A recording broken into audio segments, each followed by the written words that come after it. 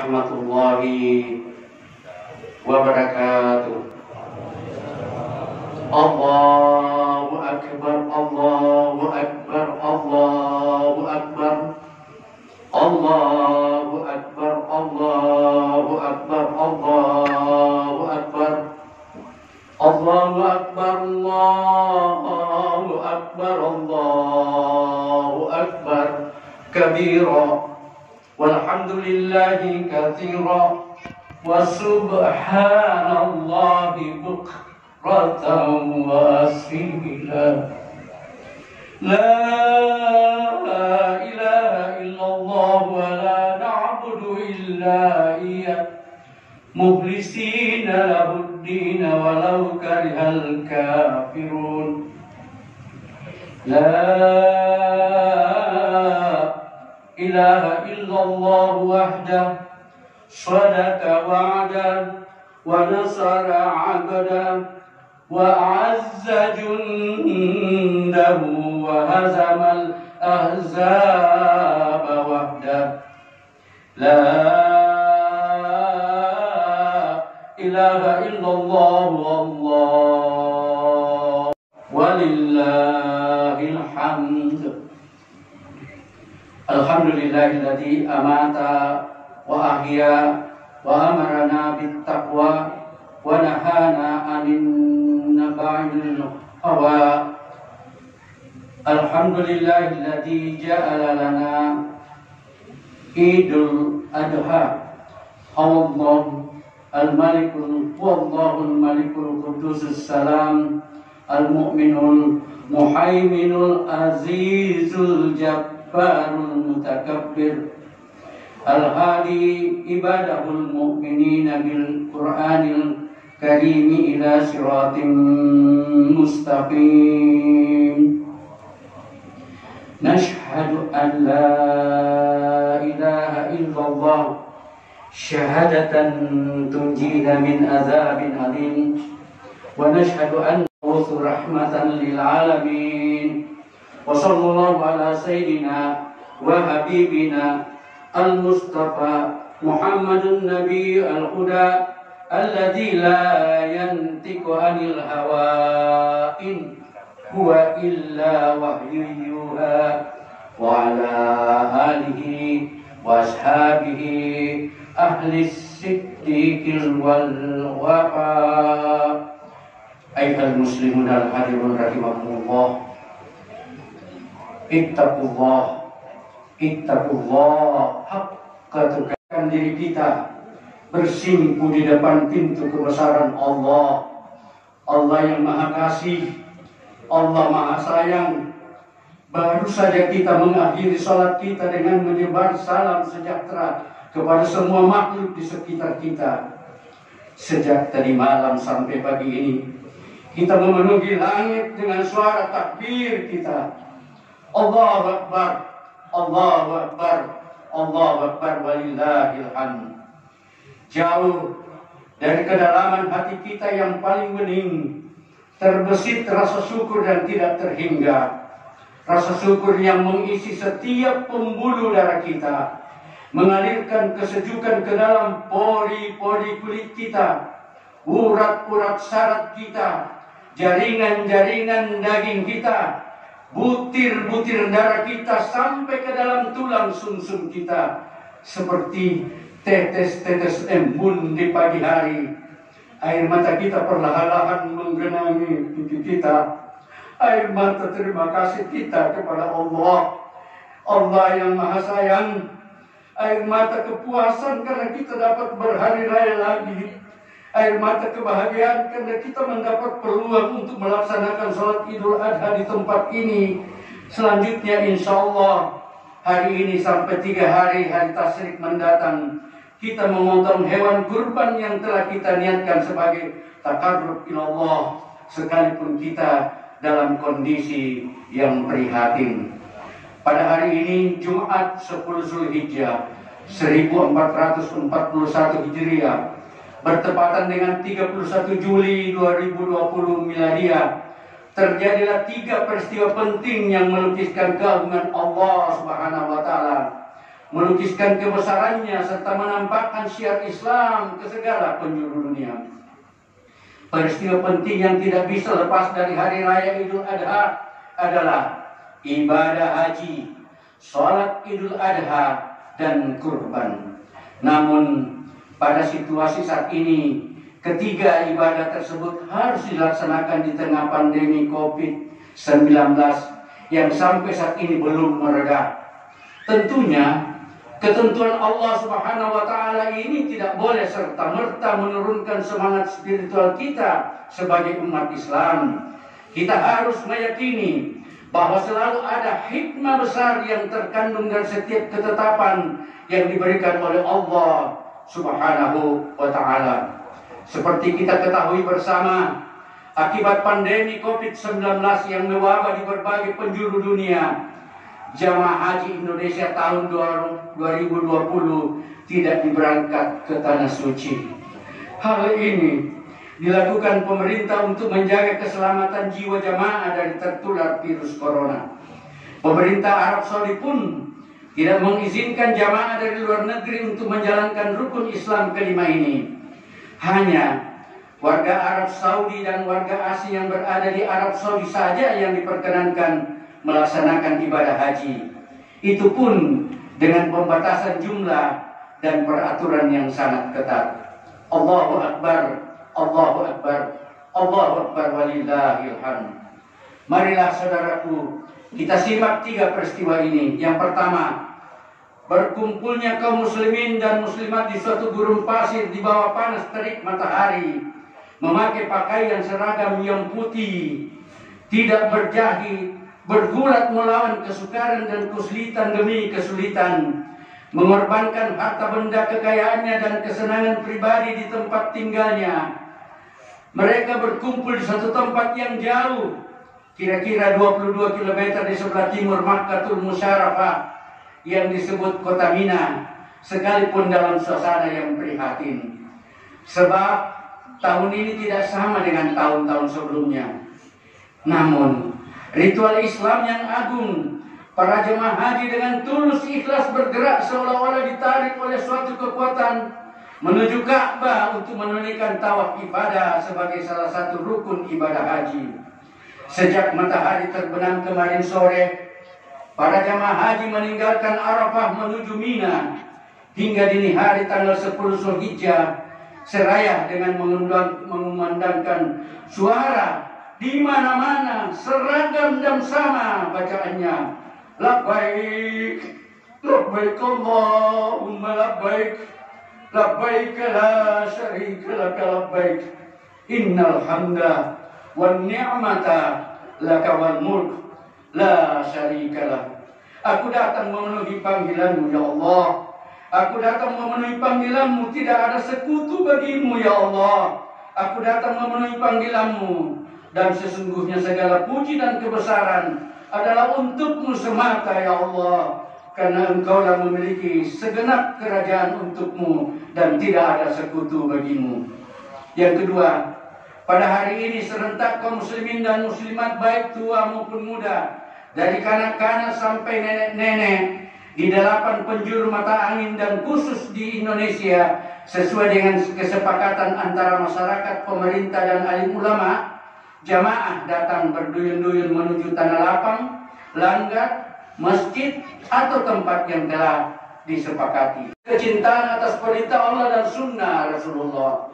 Sehubungan dengan masalah kurban ini, masih ada juga di kalangan umat Islam yang mempunyai anggapan yang sangat keliru, bahwa hewan kurban itu katanya dipersiapkan sebagai kendaraan tumpangan di hari kemudian. Allah Subhanahu wa taala menjawab masalah ini dengan firman-Nya surat Al-Hajj ayat ke-37. A'udzu billahi minasyaitonir rajim. La yanalallahu luhumuha wala dima'uha walakin yanaluhu at-taqwa minkum kadzalika sakhkharaha lakum litakabbaru wallahu ala ma hadakum wa basyiril muhsinin. Tidaklah akan sampai daging dan darahnya hewan kurban itu kepada Allah yang sampai hanyalah takwa dalam menunaikan kurban. Demikianlah kami adakan hewan kurban guna keperluan untuk membesarkan Allah sesuai dengan pimpinan Allah, dan gembirakanlah mereka yang selalu berbuat kebajikan. Quran Surat Al-Hajj ayat 37. Allahu Akbar, Allahu Akbar, Allahu Akbar, walillahil hamd. Mula pertama yang melakukan kurban adalah dua orang anak Nabi Adam alaihissalam, yaitu Habil dan Qabil. Qabil tidak ikhlas dalam melakukan kurban sehingga tidak diterima kurbannya, sedangkan adiknya Habil ikhlas karena Allah semata. Maka Allah Subhanahu wa taala menerima kurbannya. Akhirnya Qabil iri terhadap adiknya, lalu dibunuhnya adiknya, dan ini pula lah pembunuhan yang pertama terjadi di dunia ini. Tetapi yang mula-mula melakukan kurban secara tertib dan teratur adalah Nabi Ibrahim alaihissalam. Kemudian datanglah Rasulullah SAW meningkatkannya menjadi amalia Islam yang temporer sifatnya, sekali dalam setahun. Dalam Tarikhul Anbiya, Nabi Ibrahim alaihissalam dikenal sebagai nabi yang bersedia mengorbankan jiwanya. Dibakar hidup-hidup oleh rezim Namrud karena cintanya kepada Allah melebihi cintanya kepada dunia dan isinya. Tauhid dan semangatnya tak kenal goyah dan tidak luntur walau secuil pun. Pada saat yang kritis di tengah-tengah kobaran api, konon datanglah malaikat Jibril menawarkan bantuannya. Tapi apa kata beliau, Nabi Ibrahim? Hasbunallah wa ni'mal wakil. Cukup sudah bagiku Allah sebagai penolongku. Maka Allah pun berfirman kepada api dalam Quran Surat Anbiya ayat 69. A'udzubillahi minasyaitonirrajim. Qulna ya naru kuni bardan wa salaman ala Ibrahim. Kami berfirman, hai api, hendaklah engkau sejuk dan selamatkanlah atasnya Ibrahim. Al-Kisah Ibrahim hijrah ke negeri lain yang disebut Barak Nabiha al-Alamin, yaitu Kanaan, Palestina dan sekitarnya. Meskipun dengan hati yang kokoh dan semangat yang kuat yang tak terpatahkan, kerap kali ia juga dibayangi perasaan gundah gulana karena tidak punya anak. Kepada siapa kelak yang akan dia wariskan cita-citanya? Umurnya sudah meningkat 65 tahun. Gambaran suram akan masa depannya ini menyebabkan istrinya Siti Sarah rela dimadu dengan pembantunya Hajar.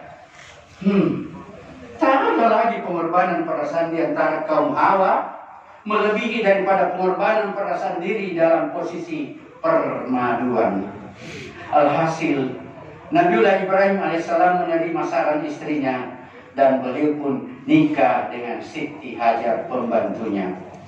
Berkat doa yang selalu dipohonkannya, Rabbi habli minas solihin, Tuhanku karuniakanlah aku anak yang saleh. Maka atas karunia Allah lahirlah seorang putra dari istrinya Siti Hajar yang kemudian diberi nama Ismail.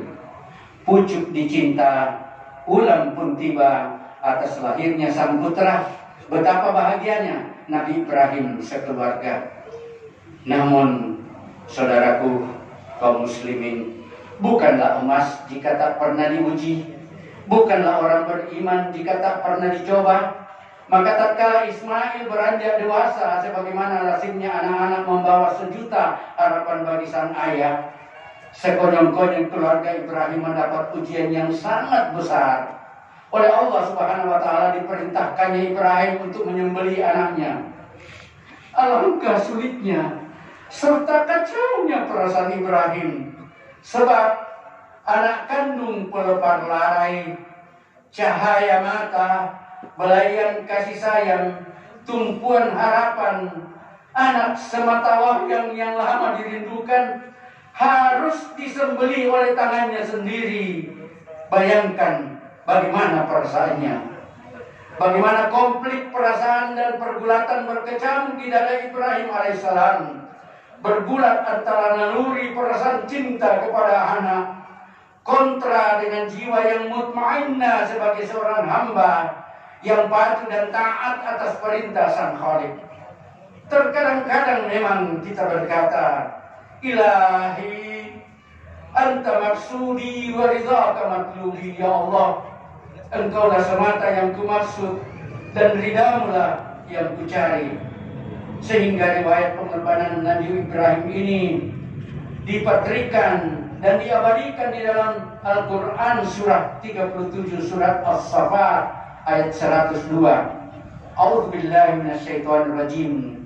Falamma balaga ma'us sa'am qala ya bunayya inni ra'a fil manam anni asbahuka fanzuru maza tara.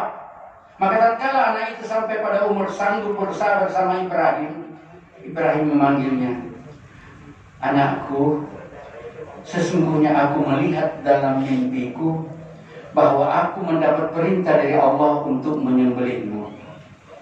Anakku, pikirkanlah dan apa pendapatmu? Apa jawab Ismail sesuai dengan ayat ini? Qala ya abati if'al ma tu'maru satajiduni insyaallah minas sabirin. Oh ayahku, jalankanlah perintah itu. Insyaallah anaknya akan berada dalam keadaan sabar karena Allah. Ismail mengajukan 3 permohonan. Ayah, aslah pisau tajam-tajam. Mata ayah harus ditutup agar tidak ragu-ragu atau bimbang. Palingkanlah mukamu ayah pada saat engkau akan sembelih atas perintah Allah. Ayah, kelak bawalah pulang baju saya yang berlumuran darah untuk ibundaku sebagai oleh-oleh dari anaknya yang telah menjalankan perintah ilahi.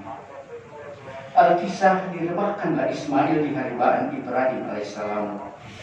Pisau telah diasah mengkilap, siap beraksi digoreskan di leher mulus sang anak.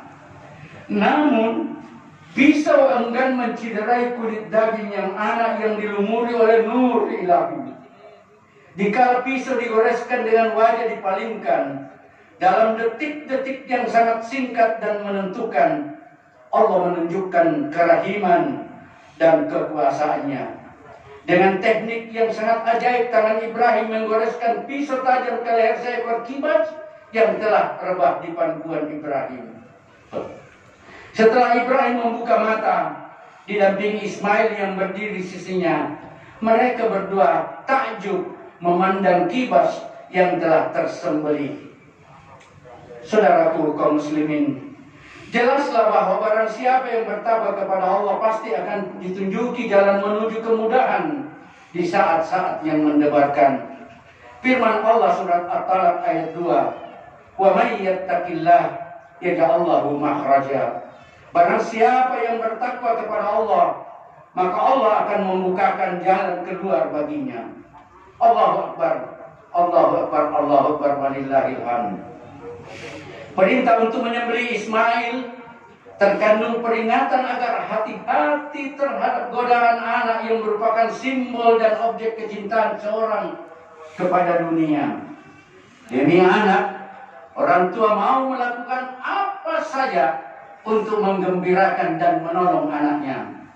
Namun, jika tidak hati-hati, seseorang apalagi pemimpin yang punya kuasa bisa jatuh karena kecintaan yang berlebihan kepada anak, sehingga bisa mengalahkan cintanya kepada Tuhan dan pada nasib rakyat.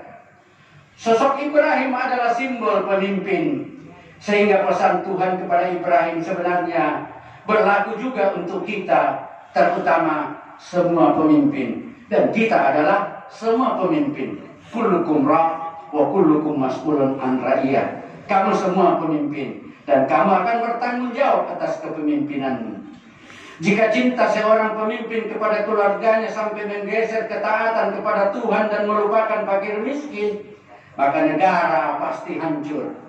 Dan sampai tingkat tertentu, bangsa ini telah mengalami kehancuran akibat para pemimpin yang lebih mencintai keluarganya secara berlebihan, sehingga mengorbankan kepentingan rakyat. Cinta orang tua kepada anak bisa saja tidak murni karena telah terbajak oleh proyeksi egonya.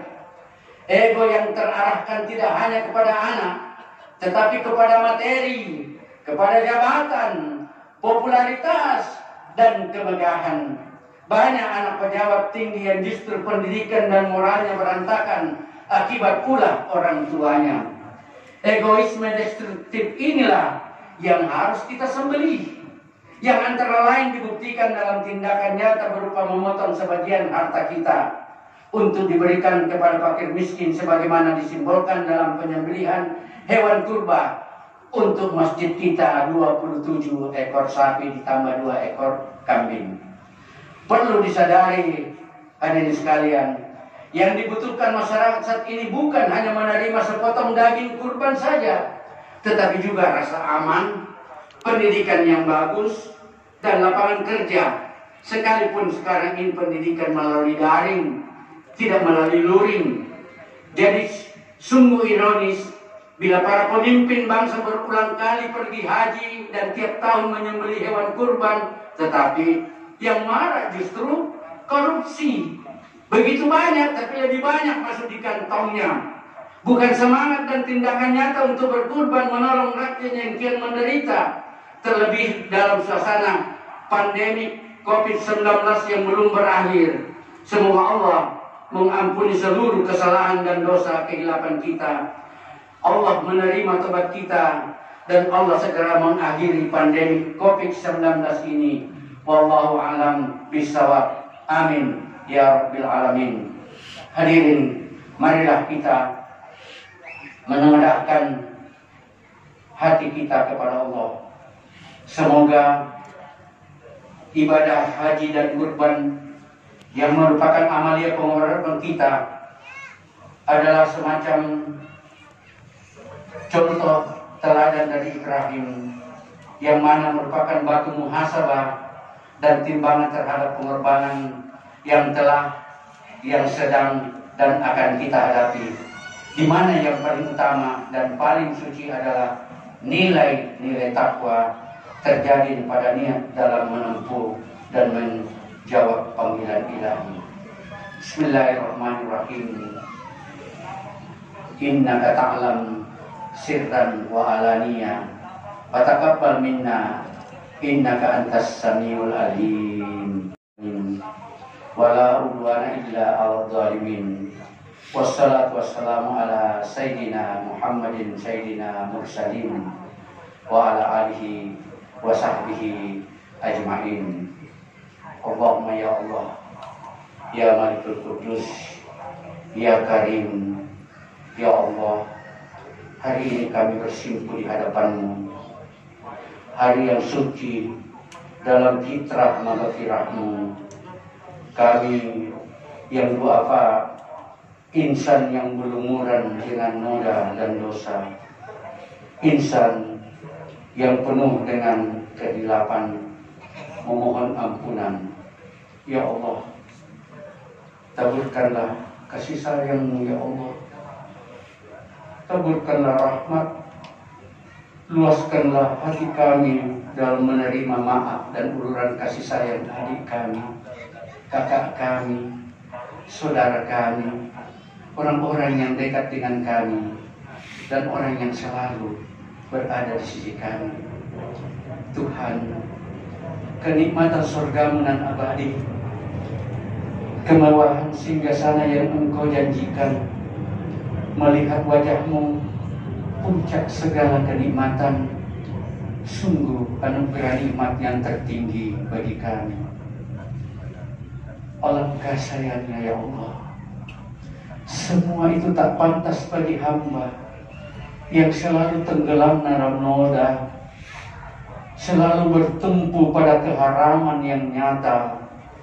Allahumma Rabbana ya Allah, fisik hamba terlalu lemah ya Allah, tulang belulang kami terlalu rapuh, terbungkus daging yang mudah melepuh.